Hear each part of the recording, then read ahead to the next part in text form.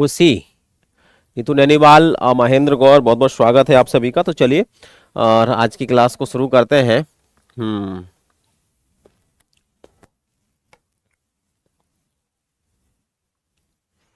ये रहा आपका आज का।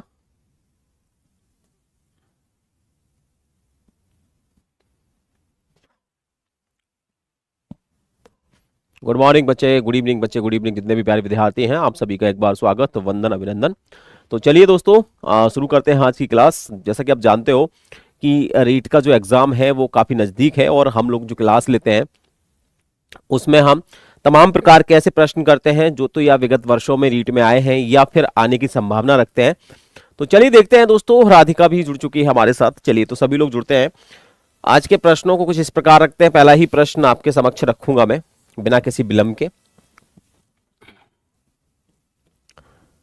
पहला ही प्रश्न आपके सामने है। प्रश्न क्या है, एक बात ध्यान से पढ़ेंगे। प्रश्न लिखा हुआ है कि गंगा हिमालय से निकलती है। आपको बताना है रेखांकित वाक्य में कारक का भेद कौन सा है। कहां से निकलती है? हिमालय से। कारक का भेद जानने के लिए हमें सबसे पहले जो जानना पड़ता है वो है कारक चिन्ह। कारक चिन्ह कौन सा है? यहां पर कारक चिन्ह दिया हुआ है से। अब जो से विभक्ति होती है वो दो की होती है, एक तो होती है करण की और एक होती है अपादान की। अंतर इतना है कि करण की जब होगी जब कोई साधन की बात हो रही होगी जिससे चीजें पूरी होती हैं, और अपादान की तब होगी जब या तो किसी से तुलना कराई जा रही होगी, या कहीं से अलग होने का भाव मिलेगा, कहीं से निकलने का भाव मिलेगा, डर का भाव मिलेगा। अगर इनका भाव मिलेगा तो अपादान होगा। तो क्या निकल रहा है? निकलने का भाव मिल रहा है। इसका मतलब है कि इसका जो आंसर होगा वो होगा ऑप्शन डी, यानी अपादान कारक। बिल्कुल सही जवाब है, सभी का आंसर सही है। आरजू, राधे राधे बच्चे। तो चलिए एक और प्रश्न को लेकर चलते हैं, इसी पर आगे बढ़ते हैं हम अगले प्रश्न की ओर। दूसरा प्रश्न, बागीस का अगर आपको संधि विच्छेद करने आ जाए और आपसे कहा जाए कि बागीस का संधि विच्छेद कीजिए, तो किस प्रकार से करोगे? नीतू, राधे राधे बच्चे। तो यहां पर अगर इस प्रकार का प्रश्न आ जाता है तो आपको यहां पर एक मात्रा दिख रही होगी, बड़ी की मात्रा, और बागीश। अब इस जैसे ही आप हटाओगे तो यहां पर आप देखोगे आपके पास क्या बचता है? वा और गा, यही बचेगा।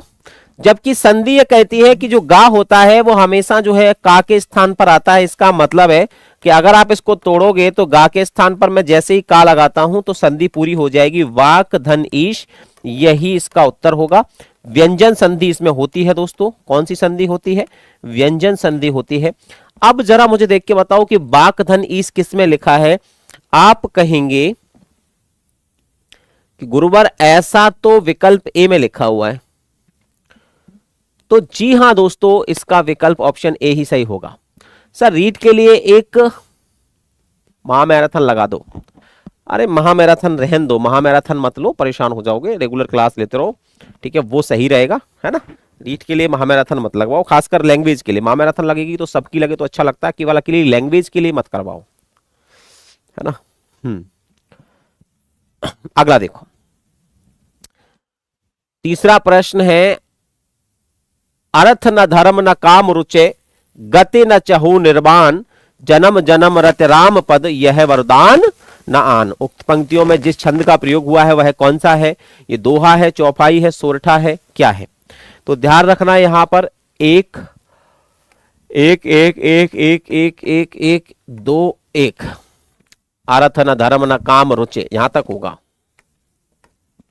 1 2 3 4 5 6 7 8 9 10 11 12 13, पहले में 13 और अंत में 1 2 3 4 5 6 7 8 9 10 और 11। 13 और 11 की यति के साथ कुल 24 मात्राएं जहां हो उसको कहते हैं दोहा। तो यहां पर जो आंसर हो जाएगा वो हो जाएगा ऑप्शन ए बच्चे। क्या हो जाएगा? ऑप्शन ए, यानी तीसरे प्रश्न का सही उत्तर ऑप्शन ए होगा। ठीक है, दोहा बिल्कुल सही आंसर है। एक और प्रश्न देखते हैं। चौथा प्रश्न हमें इस प्रकार से मिलता है, गौशाला में समास कौन सा है? समास अगर आपको कभी भी पढ़ना है, महेंद्र, आरजू, जितने भी प्यारे विद्यार्थी हैं, राधिका, नीतू, तो समास के लिए सबसे अच्छी एक बात है। सर वॉइस अटक रही है। समास के लिए एक सबसे अच्छी बात है, और वो बात यह है कि अगर आप समास का विग्रह करते हैं, गौ का मतलब क्या होता है? गाय। शाला, शाला का मतलब क्या होता है, जहां ये रहती हैं। तो गौशाला का मतलब गाय के लिए शाला, गाय के लिए जो शाला होती है, शाला का मतलब रहने का स्थान, गायों के रहने का स्थान क्या कहलाता है, गौशाला कहलाता है। अब यहां आपको अगर के लिए दिख गया है तो कार के लिए क्या है, विभक्ति है। और जहां कारक चिन्ह आ जाए, जहां कारक विभक्ति मिले, तो वहां पर 100% एक समास होता है, जिसे हम क्या कहते हैं, जिसे हम तत्पुरुष समास कहते हैं। विकल्प सी यहां पर परफेक्ट आंसर हो जाएगा। आप सब लोग जो है वो तत्पुरुष समास लगाएंगे। के लिए लिखा हुआ है यहां पर, हम सब जानते हैं कि के लिए जो है वो संप्रदान कारक की विभक्ति होती है, इसीलिए यहां पर जो आंसर भी हो जाएगा वो कौन सा हो जाएगा, संप्रदान तत्पुरुष समास हो जाएगा। तो यहां पर विकल्प के तौर पर हमने सी चुना। पांचवा प्रश्न और ही शानदार है, चलो जरा इसको भी करते खाते हैं। अमरदीप, देखते हैं एक और बड़ा शानदार प्रश्न है। Good evening Krishna Jatav. चलो बच्चे देखते हैं, एक और शानदार प्रश्न है हमारे पास। यह काम मैं स्वयं कर लूंगा, रेखांकित शब्द में कौन सा सर्वनाम है। स्वयं शब्द जो है, देखो ध्यान से, अगर कभी स्वयं लिखा हो या स्वयं की जगह लिखा हो अपने आप, या शब्द लिखा हो आप ही, या लिखा हो स्वतः, या लिखा हो खुद, तो वहां पर आप लोग जो है वो निजवाचक सर्वनाम का प्रयोग करेंगे। निजवाचक सर्वनाम, विकल्प ऑप्शन डी यहां पर आपका सही उत्तर होगा दोस्तों। क्लियर है। आइए एक और प्रश्न बढ़ के देख लेते हैं। छठवां प्रश्न आपके सामने रख रहा हूं। एक वर्ण दिया है छा, क्षा बोलते हैं इसको। तो ये क्षा जो प्रश्न दिया है एक संयुक्त व्यंजन है, बिल्कुल है। इसमें स्वर रहित वर्ण कौन सा है आपको बताना है। तो देखो सबसे पहले इसको बना किससे है, तो याद रखना ये का और शा से मिलकर बनता है इस प्रकार से। और इसमें जो स्वर रहित वर्ण है वो है का। तो यहां पर विकल्प ऑप्शन ए हो जाएगा बच्चे, क्योंकि इसमें तो स्वर लगा हुआ है। तो यहां पर स्वर रहित वर्ण कौन सा है, ऑप्शन ए लगा देना। इस प्रकार के प्रश्न आपको देखने को मिलेंगे। चलिए एक और तड़कता भड़कता प्रश्न डाल दूं, चलो देखते हैं कि आप कर पाते हो कि नहीं। आपके सामने मैंने एक और प्रश्न डाला है, सातवां प्रश्न है कि जिन वर्षों के उच्चारण में हवा मुंह से बिना किसी रुकावट के निकल जाती उन्हें क्या कहते हैं।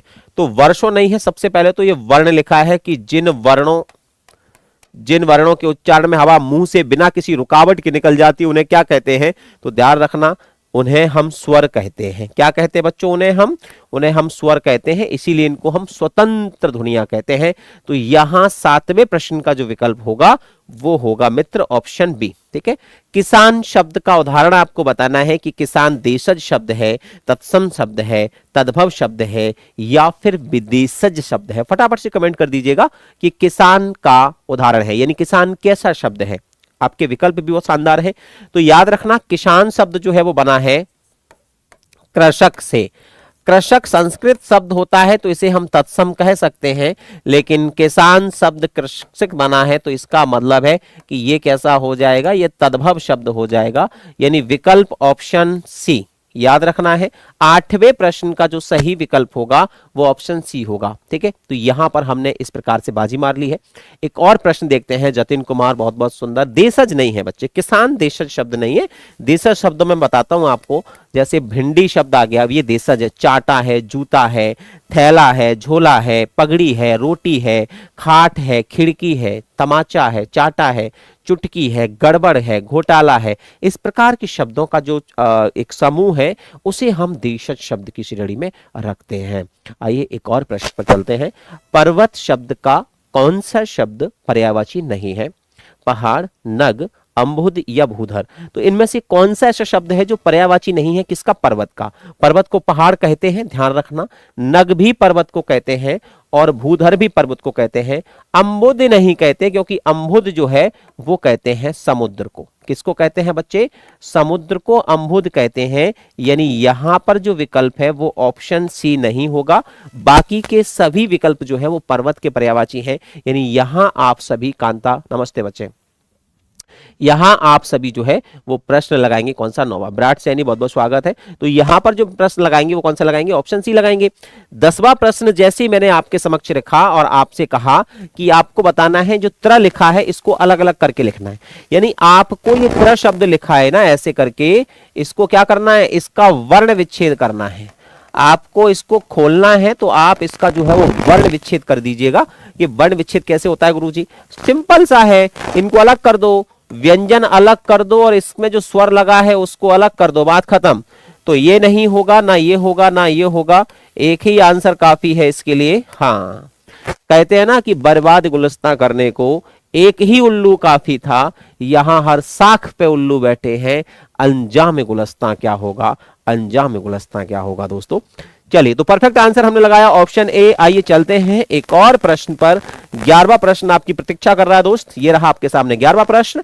प्रश्न लिखा हुआ है, आपको बताना है कि इनमें से समूह दिए हुए हैं और आपको तय करना है कि इनमें से कौन सा ऐसा समूह है जिसमें सभी के सभी जो पर्यायवाची हैं वो विष्णु के हैं। ठीक है, सुदेश लिखा है और चक्रपाणी लिखा है, चतुर्भुज लिखा है, फणीस लिखा है। तो मैं आपको बता देता हूं कि यहां पर सुदेश नहीं होगा। चक्रपाणी ठीक है, चतुर्भुज बिल्कुल है, शेषशाही है, गरुड़ध्वज है, ठीक है, तीनों ही है। शेखर याद रखना, शेखर ही नहीं बोलते हैं, शेखर शशांक चंद्रमा को बोलते हैं, है दामोदर बोल सकते हैं, विट्ठल बोल सकते हैं, लेकिन महीधर पर्वत को बोलते हैं। वैनते भी नहीं कह सकते, वासव इंद्र को कहते हैं, देवराज इंद्र को कहते हैं। तो यहां पर जो विकल्प बी का चयन अगर आपने कर लिया तो ये सारे के सारे जो पर्यायवाची हैं वो श्री हरि विष्णु के हैं। विष्णु को उपेंद्र भी कहते हैं, विष्णु को जनार्दन भी कहते हैं, विष्णु को जो है वो है ना विशंभर भी कहते हैं, शेषशाही भी कहते हैं, लक्ष्मीपति भी कहते हैं।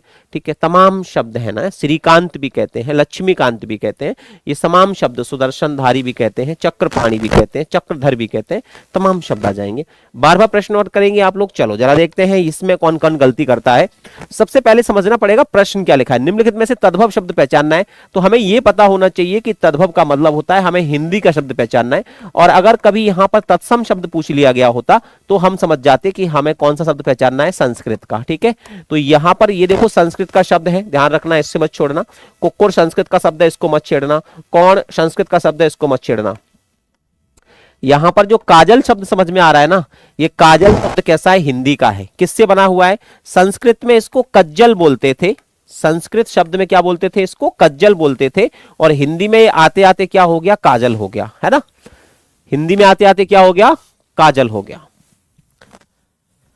नाम में क्या रखा है, नाम में क्या रखा है, भावनाओं की कदर कीजिए। एक शख्स जो दूर बहुत है उसकी यादों को मन में बसर कीजिए। चलिए तो चलते हैं दोस्तों, हम 13वें प्रश्न पर चलते हैं। 13वां प्रश्न ये रहा आपके सामने। निम्नलिखित में से शुद्ध शब्द आपको पहचानना है। शुद्ध शब्द क्या लिखा हुआ है दोस्तों? सहानुभूति, अश्रु, अश्रु ऐसे नहीं लिखते हैं, अश्रु ऐसे लिखते हैं, मैं आपको बता देता हूं। छोटी की मात्रा के साथ आएंगे, छोटी की मात्रा के साथ आएंगे। सहानुभूति भी शब्द कैसे लिखा जाता है तो बताता हूं आपको। सहानुभूति शब्द ऐसे लिखा जाता है, छोटी के साथ लिखा जाता है, सहानुभूति होता है ना।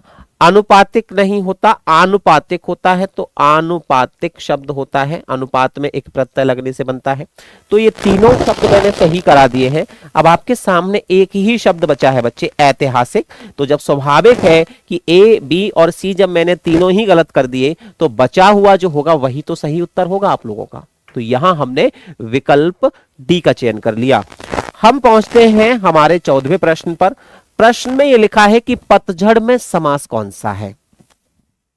गुड इवनिंग अभी यादव, कैसा चल रहा है आपके कुंभ का माहौल भैया? व्यवस्थाएं हैं कि पहुंच सकता है कोई व्यक्ति कि नहीं पहुंच सकता, ये बताओ। सोनी कह रही है कि सर मेरे में वीडियो नहीं चल रही है। अच्छा एक बार आप बंद करके फिर चालू करो तो चल जाएगी शायद, है ना।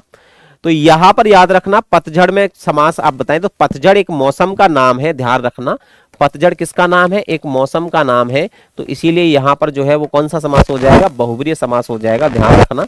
बाकी का इसमें तत्पुरुष समास भी होता है, लेकिन इनमें से तत्पुरुष समास ऐसे नहीं आएगा। अगर ऑप्शन में बहुब्रीहि समास नहीं होता तो फिर इसमें तत्पुरुष समास आ जाता है, लुप्त पद तत्पुरुष समास, है ना।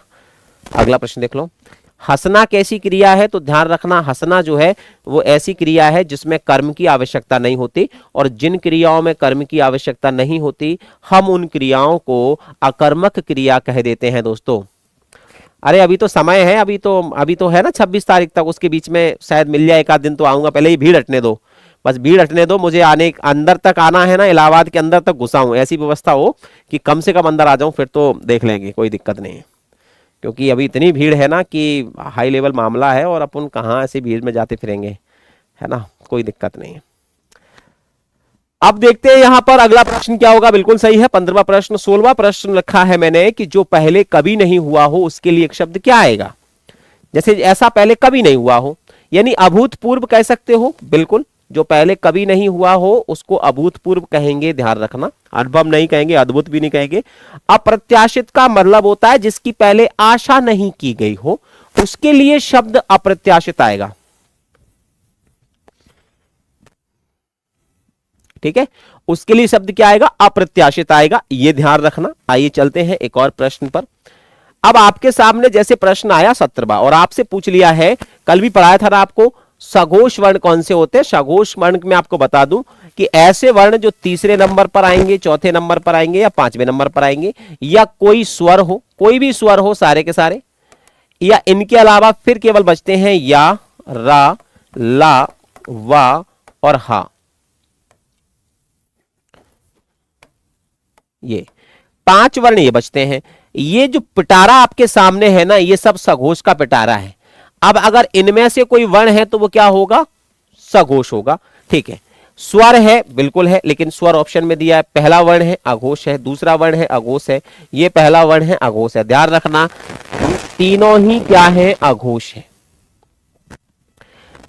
अब बचा कौन सा, कोई स्वर मिल जाए हमें, छोटा मिल गया, ये स्वर है, तो विकल्प आंसर क्या लगा दिया, ऑप्शन ए लगा दिया, ये सघोष है। बाकी का अगर आप देखेंगे, का पहले नंबर पर आता है, खा दूसरे नंबर पर और चा पहले नंबर पर। और अगर इस स्थिति में देखा जाए तो ये पहले तीसरे पर देखो, तीसरा चौथा पांचवा, लेकिन यहां तो पहला दूसरा लिखा है, और पहला और दूसरा जो होता है वो होता है अघोष, सघोष नहीं होता, वो अघोष होता है। ध्यान रखना। आई होप सो कि समझ में आ गया होगा। सर आप पहले कुंभ हो आइए। नीतू राठौर, बिल्कुल, का पहले कुंभ हुआ मतलब क्या चाहती हो, पहले भीड़ तो कम होने दो, पहले निपटवा दो मुझे। हाँ, वहां फंस जाऊं, फिर क्लास भी ना हो पाए इधर, और उधर जाम में भी फंसा रहा हूं, दोनों तरीके से ही मतलब सिस्टम खराब हो जाए, ऐसा नहीं है। मैं व्यवस्थित तरीके से जाऊंगा भाई, मुझे लगेगा कि हाँ आई एम कंफर्टेबल, है ना। अगर मैं तरीके से अगर कंफर्ट हुआ तो चला जाऊंगा, नहीं कोई बात नहीं। मेरे लिए तो भाई कहता हूं ना, मन चंगा तो कटौती में गंगा। मेरे घर का पानी मेरे लिए गंगा है, कोई दिक्कत नहीं है। बाद में भीड़ अधिक होगी। अरे अब कब भीड़ होगी, अब भीड़ ही बनी रहेगी क्या पूरे कुंभ में। देखो आरजू को कितनी चिंता है, सर अभी मत जाओ, हमारी क्लास कौन लेगा। यार तुम्हारी क्लास के चक्कर मतलब मैं एक दिन के लिए चला जाऊंगा तो क्या हो जाएगा, है ज्यादा पढ़ा दूंगा दूसरे दिन आके, कम से कम एक दिन तो मुझे चले जाने दो, इतना तो एहसान करो किसी पर। ऋषिकेश की संधि क्या होती है दोस्तों, तो ध्यान रखना, ऋषिकेश में जो संधि है वो एक्चुअल में ये वाली शब्द होता है, ध्यान रखना। तो ऋषिक शब्द होता है, ध्यान रखना। और ऋषिक धन ईश से शब्द क्या बनता है, ऋषिकेश बनता है। इसके अलावा केश नहीं होता, ईश होता है ना। तो ऋषिक शब्द होता है और ऋषिक धन ईश होता है, इससे बनता है ऋषिकेश। यानी यहां पर जो विकल्प होगा वो ये वाला होगा। ऋषिक धन ईश से क्या बनता है, ऋषिकेश बनता है, ध्यान रखना। और कोई विकल्प इसमें काम नहीं करेगा।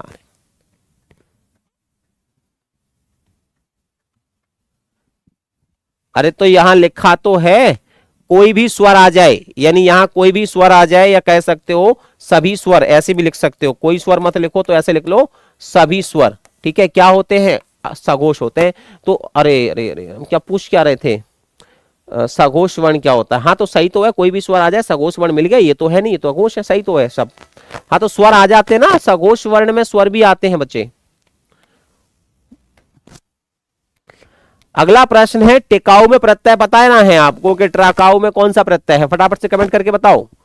टिकाऊ, अच्छा टिकाऊ में ना बता पा रहे हो तो मेरी लकड़ी बिकाऊ है, प्लीज खरीद लो, मेरी किताब बिकाऊ है।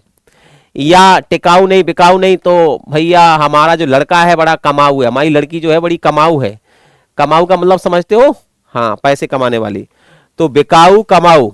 और जैसे कोई अच्छी चीज है तो हमें दिखाऊ, है ना। या जैसे बहुत चलाऊ, संस्कार होते ना चलाऊ। तो इस प्रकार से आप देखोगे तो ये कुछ शब्द होते हैं जिनका प्रयोग हम हिंदी में करते हैं। तो याद रखना मूलतः इसमें आऊ प्रत्यय लगा होता है, सब में कौन सा लगा होता है, आऊ, है ना। बिकाऊ, कमाऊ, टिकाऊ, है ना। तो चलिए, मिल जाएगी, आप तक पहुंच जाएगी, चिंता मत करो, फ्री ऑफ कॉस्ट पहुंच जाएगी, है ना। चलो, शब्दकोश में निम्नलिखित शब्दों का सही क्रम बताना है आप लोगों को। तो शब्दकोश में ये प्रश्न थोड़ा सा टफ है, तो इसका आंसर तुक्के में लगा दो तुम लोग, इतना ही कर सकते हो। और बाकी का मैं अगर करूंगा तो कैसे करूंगा, तो एक बार बताता हूं। एक्चुअल में इसको करने के लिए आपको समझना पड़ेगा ये चीज। सबसे पहले देखो कि पहला नंबर देखो, 1 2 3 4, हमसे क्या पूछा, शब्दकोश में निम्न में से सही क्रम कौन सा है। इनमें देखो आपस में रिलेट करके, विश्व लिखा है, इधर भी विश्व लिखा है, ठीक है। अब यहां पर विश्व में आ है, यहां पर विश्व में ये पहले आ गया, ठीक है। विश्वंभर लिखा है और विश्वस्त लिखा है। अब यहां पर आपको ये देखना है, और विश्वास लिखा है ना। तो यहां पर आप देखोगे तो को बी और शा, ठीक है, बी आ गया, है ना। और इसमें स्व लिखा हुआ है, ठीक है। अब जो स्व है उसमें इसमें जुड़ा हुआ है सा और वा में है इसमें आ, ठीक है। और ऊपर वाले में जो है सबसे इसमें है वी, आधा शाह है, फिर वा है, और इस वा के अंदर जो जुड़ा है वो जुड़ा है माँ, ठीक है, ध्यान रखना, है ना। आ और माँ, आ और माँ, और इसके बाद क्या आ रहा है, खत्म हो गया, ये तो माँ आ गया, है ना, ठीक है।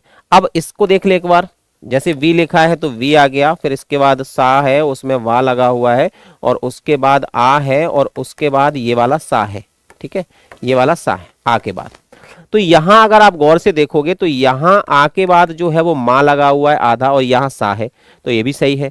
और अंत में विश्वास लिखा है, तो याद रखना इसमें फिर ये ता लगा हुआ है। और अब अगला देख लो, तो वी तो सही है, आधा सा है, फिर वाह है, लेकिन यहां पर आप देखोगे तो वाह में बड़ा आ लगा है, जबकि ये छोटा है। तो उसमें जो सही क्रम जो दिया है वो ऑप्शन ए में दिया है। पहली चीज तो आप ये समझिएगा, ठीक है, पहली चीज तो ये समझिएगा, ये डिक्शनरी टाइप से होता है। अगर आपने कभी अल्फाबेट डिक्शनरी पढ़ी हो तो इस प्रकार के प्रश्न होते हैं, ये इनको ध्यान रखना है।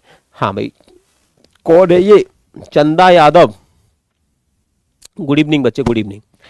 तो इस प्रकार से होते हैं, है ना। और बाकी क्या, तो फिर देखो ये यहां पर विश्व आ गया, जबकि ये यहां पर आना चाहिए था, तो उल्टा दिया है, ऑप्शन ए ही सही है इसका। अगला है, पूरी तरह तैयार हो जाना, इसके लिए एक मुहावरा बताओ। जो पूरी तरह, उल्टी गंगा बहाना नहीं, उंगली पर नचाना, ईद का चांद होना नहीं, कमर कस लेना। अगर आपने अपने एग्जाम के लिए, अपने लक्ष्य के लिए कमर कस लिया, इसका मतलब है कि आप पूरी तरीके से तैयार हैं। तो यहां विकल्प आप ऑप्शन डी का चुनाव कर सकते हैं। 22वां प्रश्न आपके लिए ये रहा आपकी स्क्रीन पर, हिंदी गद्य का जनक बताओ बच्चों किसे कहा जाता है। तो याद रखना, हिंदी गद्य का जनक जो है वो अगर कोई है तो उनका नाम था भारतेंदु हरिश्चंद्र। क्या नाम था दोस्तों, भारतेंदु हरिश्चंद्र, सबसे परफेक्ट आंसर था। ईद का चांद कभी कभी दिखना, हाँ बिल्कुल, ईद का चांद होना मतलब कभी कभार दिखाई देना, यार कभी कभार मुलाकात होना, ठीक है। चलिए एक और विकल्प देखते हैं, एक और विकल्प 23वां प्रश्न है दोस्तों। शब्द युग्म अपर और अपर, दो वर्ड हैं यहां पर, एक में लिखा हुआ है अवर और एक में लिखा हुआ है अपर। इन दोनों के अर्थ आपको मैच कराने हैं। अवर का मतलब होता है निम्न, ठीक है, तो उच्च तो हटा दो, ठीक है, उच्च तो हटा दो। और अपर का मतलब होता है दूसरा, दूसरा यानी अन्य, तो ये भी हटा दो और ये भी हटा दो। यानी निम्न सही लिखा था और अन्य, अन्य का मतलब क्या होता है, दूसरा। तो विकल्प यहां पर ऑप्शन बी। 23वें प्रश्न का विकल्प हमें बी चुनना था दोस्त, आप लोगों ने क्या चुन लिया, निम्न और उच्च नहीं होता, याद रखना। अपर का मतलब उच्च नहीं होता, अरे इंग्लिश वर्ड नहीं करना है। अपर, अपर माने अन्य होता है, वो इंग्लिश वर्ड होता है, अपर क्लास एंड वो इंग्लिश वर्ड है। अपर का मतलब होता है अन्य, दूसरा। एक कबूतर देख हाथ में, पूछा कहां अपर है, वह बोली अपर कैसा, यह लो उड़ गया सपर है, वो वाला अपर है। अब यहां पर अपर शब्द का मतलब होता है अन्य, दूसरा, वो इंग्लिश वर्ड नहीं है अपर कि अपर का मतलब हो गया ऊंचा, वो लगा दिया, ऐसे नहीं करना होते। तो यहां पर आंसर होगा ऑप्शन बी। 24वां प्रश्न है कि किसी वस्तु को गलत समझ लेना, मुहावरे का अर्थ आपको बताना है दोस्त। किसी वस्तु को गलत समझ लेना, और संदेह, संशय, भ्रांति और अज्ञान, किसी वस्तु को गलत समझ लेना। तो संदेह नहीं होगा, अज्ञान भी नहीं होगा, संदेह नहीं, संशय भी नहीं, भ्रांति हो जाती है जब भी हम किसी चीज को एकदम से गलत समझ ले, ओ भाई साहब आप ही थे, तो वो क्या होता है, वो भ्रम हो जाता है। और ऐसी भ्रम चीजों को हम क्या कहते हैं, खटिया छेने का मतलब होता है बच्चे, मतलब कह सकते हो फालतू बैठे रहना, समय बर्बाद करना, इस प्रकार के शब्दों के लिए शब्द आता है खटिया छेना, है ना, वो ध्यान रखना। किसी वस्तु को गलत समझ लेने का मतलब होता है भ्रांति। पंडित से बनी भाववाचक संज्ञा क्या होती है, पांडित्य होती है। तो यहां पर जो विकल्प है वो हम क्या लगा देंगे, ऑप्शन ए लगा देंगे। मुद्रा शब्द का अर्थ क्या क्या होता है, तो मुद्रा को मोहर, छाप, सिक्का, अंगूठी बोलते हैं। चेहरे का भाव, छाप, अंगूठी बोलते हैं। नाम लिखना, सिक्का, छाप खाना बोलते हैं। नहीं, चोट नहीं बोलेंगे, तो ये हटा दो, यहां से नाम हटा दो, चेहरे का भाव और छाप और अंगूठी और प्रति, तो प्रति के लिए नहीं आती, तो इसको हटा दो। सिक्का को मुद्रा बोलते हैं, अंगूठी को बोलते हैं, छाप को और मोहर को। तो यहां पर ऑप्शन ए में सारे जो है विकल्प वो सही है। यहां पर जो अंगूठी के बाद जो प्रति लिखा है उसके लिए मुद्रा शब्द का प्रयोग नहीं होता, इसलिए ऑप्शन ए का चुनाव करना है। अगला प्रश्न है, मरने की इच्छा के लिए शब्द बताओ फटाफट से, क्या आएगा। जिसको मरने की इच्छा हो उसके लिए सर क्या आएगा, सर अर्थ में दिया था बीमार होना, जो कि सही था। अच्छा, खाट सेना हो सकता है, लेकिन एक्चुअल में ऐसा व्यक्ति जो कह सकते हो ना कि कुछ ना कर पाए, हो सकता है जैसे जैसे आप कुछ आलस हो उसको, ऐसी व्यक्ति के लिए शब्द वैसे प्रयोग होते हैं, अंडे सेना, खाट सेना, ठीक है, तो इस प्रकार से होते हैं। हाँ, रोगी हो सकता है उसका मतलब, है ना, यानी जो कुछ ना कर पाए, असहाय हो, उसके लिए भी शब्द आता है, ठीक है, अलग अलग अर्थों में मिलते हैं, ठीक है, सिमिलर अर्थ होते हैं, अगर आप देखोगे तो अलग अलग अर्थ रूप में मिलेंगे। तो जो असहाय है, जो कुछ नहीं कर सकता है, या जो ऐसे ही बैठा है, जो बिना काम का है या आलसी है, इस प्रकार के अर्थों के रूप में आता है। तो बीमार होना, ठीक है, ओके, वेरी गुड। चलिए अब देखो यहां पर एक मरने की इच्छा के लिए देखो, मृत्युकांक्षी नहीं, मरणेच्छु नहीं, मरणासन भी नहीं, मुमूर्षा बोलते हैं। मरने की इच्छा को क्या बोलते हैं दोस्तों, मुमूर्षा बोलते हैं, ध्यान रखना। तो यहां हम जो है वो विकल्प बी का चयन करेंगे, एसपी मिश्रा। चलिए एक और प्रश्न देख लीजिएगा। 27वां प्रश्न आपके सामने है। 28वां, निम्नलिखित में से एक अनेकार्थी शब्द खग से संबंधित नहीं है, उसको चुनिए। खग किस किस को कहते हैं ये आपको पहचानना है। तो सबसे पहले खा का मतलब होता है आकाश, और गा का मतलब होता है गमन करना, ठीक है। खा का मतलब आकाश, गा का मतलब गमन करना, यानी ऐसी तमाम चीजें जो आकाश में गमन करती हैं, चल सकती हैं, उनके लिए एक शब्द आता है, ठीक है। अब यहां पर देखो, तीर आकाश में चलते हैं, पक्षी भी उड़ते हैं, और आकाश, मन भी, मन के लिए भी खग, मन और आकाश। पहली बात तो याद रखना, यहां पर आकाश नहीं होगा, सबसे पहले तो हम इस विकल्प को हटाएंगे। इसको खग नहीं बोलते हैं, उसका कारण है, हो सकता है टाइपिंग मिस्टेक हुई हो, लेकिन आकाश को नहीं बोलते क्योंकि आकाश खग नहीं है, ठीक है, क्या नहीं है, खग नहीं है। आकाश जो है वो अकेला खा कहलाएगा। अगर खा के साथ गा जोड़ दोगे तो फिर वो आकाश नहीं, फिर उसमें आ शब्द आ जाएगा, आकाश में चलने वाली चीजें। तो कभी भी खगेश नहीं बोलते, याद रखना। खग पूरा नहीं आता, केवल खा आता है। तो यहां हो सकता है कोई और वर्ड लिखा हो, लेकिन आकाश नहीं होगा। आकाश के लिए कभी भी खग शब्द का प्रयोग नहीं करते, ठीक है, ये ध्यान रखना, ठीक है। हाँ, जो भी हो, लेकिन आकाश के लिए नहीं होगा, तो विकल्प ये कर लेना। यहां पर देखते हैं, कुछ और वर्ड होना चाहिए था, कोई बात नहीं।